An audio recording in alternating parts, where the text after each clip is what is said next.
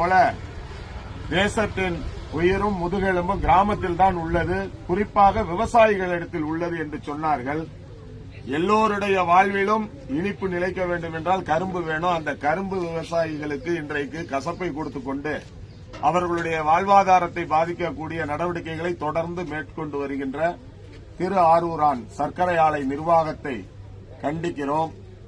இந்த சர்க்கரை ஆலை நிர்வாகத்தை தமிழக அரசு ஏற்று நடத்த வேண்டும் என்கிற கரும்பு விவசாயிகளின் கோரிக்கையை தமிழக வெற்றிக் கழகம் வலியுறுத்துகிறது.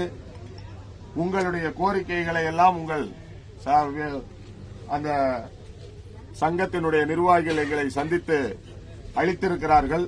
அந்த கோரிக்கைகள் அனைத்தையும் கழகத் தலைவர் தளபதி அவர்களின் பார்வைக்கு கொண்டு சென்று எப்படி பரந்தூர் கிராமத்து மக்களுக்கு இந்த அரசு பேசாத மௌனம் காத்த அரசு, தளபதி அவர்கள் அந்த மக்களை சந்தித்தவுடன் பாதிப்பு ஏற்படாத வண்ணம் நாங்கள் இந்த பரந்தூர் விமான நிலையத்தை அமைப்போம் என்று எழுத்துப்பூர்வ வாக்குறுதி அளித்ததோ, அதைப்போல வேங்கை வேலுக்கு புறப்பட போகிறார் என்று தெரிந்தவுடன் பொய்யான குற்றவாளிகளை கைது செய்து நடவடிக்கை எடுத்ததைப் போல எப்படி இந்த அரசு காட்டியதோ, அப்படி காட்ட வேண்டிய நிலை வந்ததோ, அதைப்போல தமிழக வெற்றிக் கழக தலைவர் அவர்களின் பார்வைக்கு சென்று இன்னும் இந்த ஒரு வார காலத்திற்குள் இது குறித்த அவரது கண்டனத்தை தெரிவிப்பதற்கு நாங்கள் ஆவணம் செய்ய இருக்கிறோம்.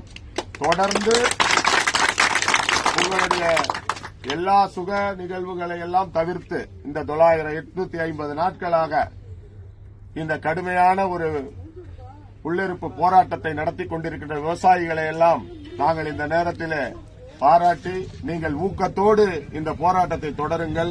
எங்களால் உங்கள் போராட்டத்திற்கு எந்த வகையில் எல்லாம் உதவிட முடியுமோ அந்த வகையில் எல்லாம் தமிழக வெற்றிக் கழகம் தஞ்சை மாவட்டம் துணை நிற்கும் என்பதனை இந்த நேரத்தில் தெரிவிக்கிறேன்.